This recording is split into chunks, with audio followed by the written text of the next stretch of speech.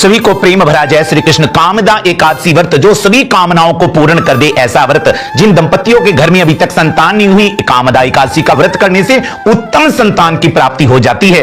वाजपेयी यज्ञ के फल की प्राप्ति होती है। जाने अनजाने में किए हुए बड़े से बड़े पापों से ये एकादशी का व्रत मुक्ति दिलाने वाला होता है, सारे पापों को जलाकर भस्म कर देता है और इस व्रत को करने वाला व्यक्ति राक्षस योनि से छूटकर भगवान के धाम को प्राप्त करने का अधिकारी हो जाता है। इसलिए इस व्रत को किस प्रकार करना चाहिए, किस विधि के साथ करना चाहिए, इसकी व्रत की कथा क्या है और इसके व्रत की कथा को कहने सुनने वाला व्यक्ति बहुत बड़े पुण्य का यानी कि वाजपेयी यज्ञ के फल की प्राप्ति को करने वाला हो जाता है। इसलिए इस व्रत का विधान क्या है, दसवीं तिथि अर्थात 28 मार्च को आपने लहसुन का, प्याज का, मांस, शराब आदि तामसी चीजों का त्याग करना है। आपने दसवीं तिथि के दिन में आपने चावलों का ग्रहण नहीं करना, चावल नहीं खाने हैं और भूमि पर ओम नमो भगवते वासुदेवाय मंत्र जापते हुए रात्रि को शयन करना है। और एकादशी को प्रातःकाल ब्रह्म मुहूर्त में सूर्य उदय होने से पहले उठकर स्नान वाले जल में गंगा जल डालकर ही स्नान करना चाहिए। हर हर नर्मदे, हर हर गंगे, हर हर जटा शंकरे शब्दों का उच्चारण करें। तत्पश्चात शुद्ध वस्त्र पहनकर सर्वप्रथम सूर्य भगवान को ओम घृणी सूर्याय नमः कहकर अर्घ देना चाहिए, जल देना चाहिए। उसके पश्चात अपने पूजा कक्ष में सारे घर के अंदर में गंगा जल छिड़क देना चाहिए। उसके पश्चात अपने हाथ में गंगा जल लेकर 1 रुपए का सिक्का लेकर या तुलसी पत्र लेकर संकल्प करें। यदि आपने कामदा एकादशी व्रत को किया है और आपने संकल्प नहीं किया तो आपको कामदा एकादशी व्रत का फल प्राप्त नहीं होगा। इसलिए कभी भी जब कोई कार्य करें आधा अधूरा कार्य नहीं करें। यदि आप आधा अधूरा कार्य करेंगे तो आप उसका कोई फल ही प्राप्त नहीं हो सकता। इसलिए उसकी विधि जानकर उसको पूर्ण ही करना चाहिए। सर्वप्रथम संकल्प करें, हाथ में गंगा जल लें, तुलसी पत्र लें और 1 रुपए का सिक्का लेकर भगवान लड्डू गोपाल जी के सामने अपने पूजा कक्ष में बैठ जाएं और 3 बार ओम विष्णु ओम विष्णु ओम विष्णु बोल करके अपनी मनोकामना लड्डू गोपाल जी को सुना दें, अपना गोत्र सुना दें, अपना स्थान सुना दें। हे मेरे लड्डू गोपाल जी, हे मेरे लक्ष्मी नारायण भगवान, मैंने इस मनोकामना के लिए आपका कामदा एकादशी का व्रत कर रहा हूं या कर रही हूं, इस प्रकार बोलकर उसको मस्तक से लगाकर लड्डू गोपाल जी के चरणों में छोड़ दें। तत्पश्चात शुद्ध आसन पर बैठ करके अपने लड्डू गोपाल जी का तुलसी के पत्रों से अर्चन करने से पहले उनको स्नान कराएं। सर्वप्रथम 1 तुलसी का पत्र, एकादशी को तुलसी नहीं तोड़नी चाहिए, तुलसी में जल नहीं देना चाहिए क्योंकि तुलसी महारानी भी एकादशी का व्रत करती हैं। इसलिए 10वीं तिथि के दिन ही तुलसी पत्र तोड़कर रख लें। सर्वप्रथम 1 तुलसी का पत्र लेकर के अपनी मस्तक से लगा के लड्डू गोपाल जी के चरणों में रख दें। तो इस एकादशी का पूजन किस प्रकार करना चाहिए, सर्वप्रथम 1 पुष्प लेकर अपने गुरुदेव भगवान की जय बोलकर उनके चरणों में चढ़ा दें। दूसरा पुष्प गणेश जी के चरणों में चढ़ा दें। तीसरा पुष्प मां गौरी के चरणों में चढ़ा दें। उसके बाद ही आप कामदा एकादशी के व्रत का पूजन आरंभ कर सकते हैं। तो सर्वप्रथम 1 तुलसी का पत्ता लेकर ओम नमो भगवते वासुदेवाय कहकर भगवान के चरणों में ध्यान के लिए चढ़ा दे। ओम नमो भगवते वासुदेवाय कहकर दूसरा तुलसी का पत्ता भगवान के आह्वान के लिए चढ़ा दे। तीसरा ओम नमो भगवते वासुदेवाय बोलकर के 1 तुलसी का पत्र, हे मेरे लड्डू गोपाल जी आप इस आसन पर विराजमान हो जाएंगे। फिर एक पात्र में अपने लड्डू गोपाल जी के श्री विग्रह को विराजमान करें। ओम नमो भगवते वासुदेवाय मंत्र बोलकर सर्वप्रथम उनके चरणों को धोना चाहिए। पादोपाद्यम समर्पयामि।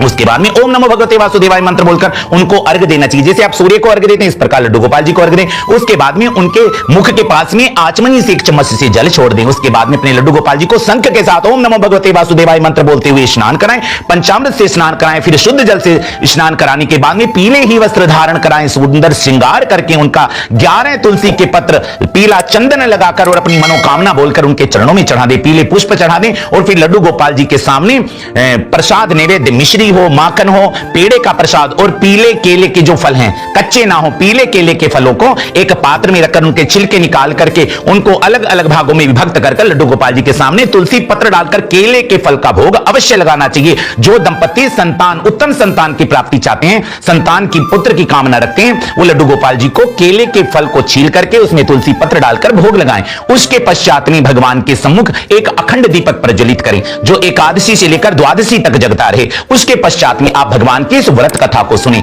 यदि आपने कामदा एकादशी का व्रत किया है और आप कथा नहीं सुनेंगे तो आपका यह कार्य आधा अधूरा रहेगा और आधे अधूरे कार्य का कभी कोई पूर्ण फल प्राप्त होता ही नहीं है। इसलिए हाथ में तुलसी पत्र देकर बड़ी श्रद्धा के साथ में इस कथा को श्रवण करना चाहिए। बोलिए तुलसी महारानी की जय।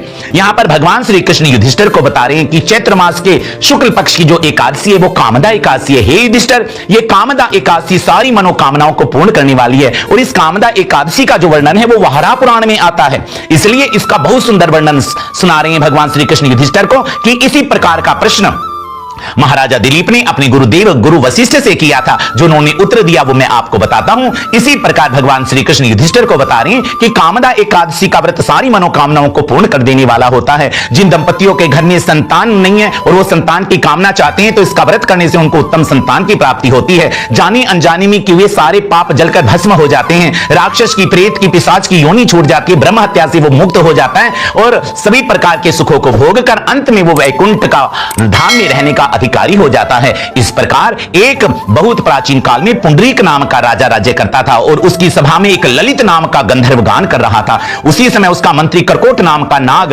ध्यान से जब देखता है तो ललित नाम का गंधर्व गाते गाते उसका ध्यान अपनी पत्नी की तरफ चला जाता है और उसका जिससे ताल और लय बिगड़ जाता है। करकोट नाम के मंत्री ने राजा पुंडलीक से कहा कि ये इसका ध्यान अपनी पत्नी के वियोग में पागल हो गया है, इसलिए इसका स्वर लय बिगड़ गया है। उसी समय राजा पुंडलीक ने उनको बहुत बड़ा श्राप दे दिया कि हे ललित नाम के गंधर्व, तूने मेरी सभा के राग रंग को भंग कर दिया है और तेरा ध्यान अपनी पत्नी के श्री विग्रह यानी कि उसके शरीर पर इतना केंद्रित हो गया कि तू स्वर और लय को भूल गया। जा, मैं श्राप देता हूं, तू इसी समय राक्षस योनि को प्राप्त हो जाएगा। और उसी समय ललित नाम का गंधर्व भयंकर राक्षस बनकर प्रकट हो गया और घनघोर जंगल में भटकने लगा। उसके शरीर में पीड़ाएं, दर्द, इतना दर्द होने लगा कि उससे सहन नहीं हुआ।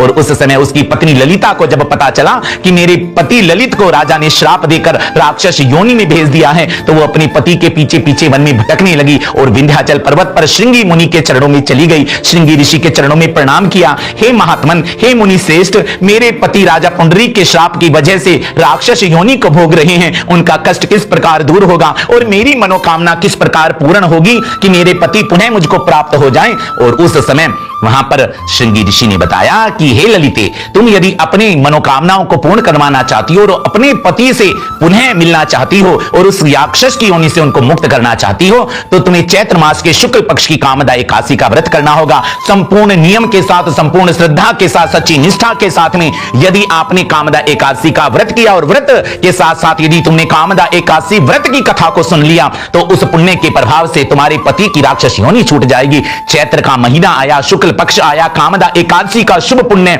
वो दिन आया जब बड़े मनोयोग से 10वीं तिथि से ही नियम प्रारंभ किया है ललिता ने और बड़ी श्रद्धा के साथ में उसने व्रत को किया, कामदा एकादशी व्रत की कथा को श्रवण किया और द्वादशी के दिन शुभ मुहूर्त में दान पुण्य कर कर उसने अपने पति के लिए अपने व्रत के पुण्य को जब अर्पित किया तो उसका पति तत्क्षण उस राक्षस की योनि से छूटकर अपनी पत्नी ललिता के संग वो दोनों स्वर्ग को चले गए। इस कथा को जो कहता है, सुनता है श्रद्धा के साथ में, उसे वाजपेय यज्ञ के फल की प्राप्ति होती है। जो इस कथा को निष्ठा के साथ कहते या सुनते हैं उनकी सारी मनोकामनाओं को भगवान लक्ष्मी नारायण पूर्ण कर देते हैं और जो संतान की कामना रखते हैं उनको भगवान संतान दे देते हैं। जो पति पत्नी एक दूसरे से किसी कारणवश दूर हो जाते हैं, लड़ाई झगड़े के कारण उनके मन के अंदर में भय व्याप्त हो जाता है, मन के अंदर द्वेष पैदा हो जाता है, तो इस व्रत को करने से पति पत्नी के मन के क्लेश, मन के जो संदेह हैं, मन के जो दूरियां हैं वो समाप्त हो जाती हैं और एक दूसरे के साथ में वो सुखमय जीवन बिताने लग जाते हैं। बोलिए एकादशी माता की जय।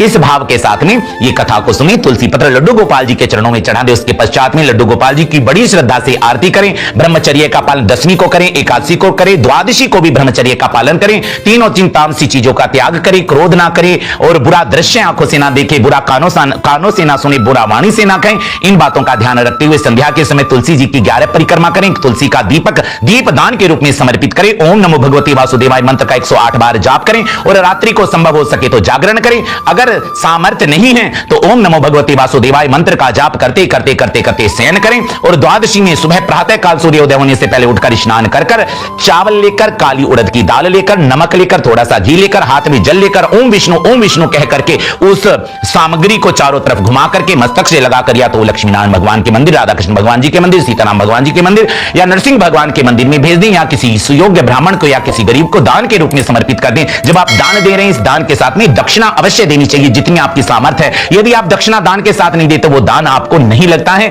इसी के साथ में व्रत का पारायण शुभ मुहूर्त में करेंगे। आप हाथ में भगवान लड्डू गोपाल जी के चरणों को जो आपने स्नान कराया चरणामृत तुलसी पत्र लेकर, भगवान अपने कामदा एकादशी व्रत इसका फल मैं आपके चरणों में समर्पित कर रहा हूं, कर रही हूं। प्रभु मेरे व्रत को स्वीकार करो और एक चावल का दाना डालकर उस चरणामृत में अपने व्रत का पारायण करें। तो चलिए हम जानते हैं एकादशी का व्रत 2026 में कब है। कामदा एकादशी व्रत तिथि का शुभारंभ 28 मार्च 2026 की सुबह को 8:45 से आरंभ होकर अगले दिन 29 मार्च की सुबह को 7:46 तक रहेगा। इसलिए उदया तिथि के अनुसार में कामदा एकादशी का व्रत 29 मार्च 2026 को रखा जाएगा। उसके पारायण का जो शुभ मुहूर्त है वो 30 मार्च 2026 की सुबह को 6:13 से आरंभ होकर सुबह के 7:09 तक रहेगा। यदि आपको भगवान श्री कृष्ण की ये कामदा एकादशी के व्रत की विधि कथा अच्छी लगी तो आप हमारे चैनल को सब्सक्राइब करें और कमेंट में जय श्री कृष्ण अवश्य लिखें और ज्यादा से ज्यादा भगवान के भक्तों तक इसको शेयर करें। जय श्री कृष्ण।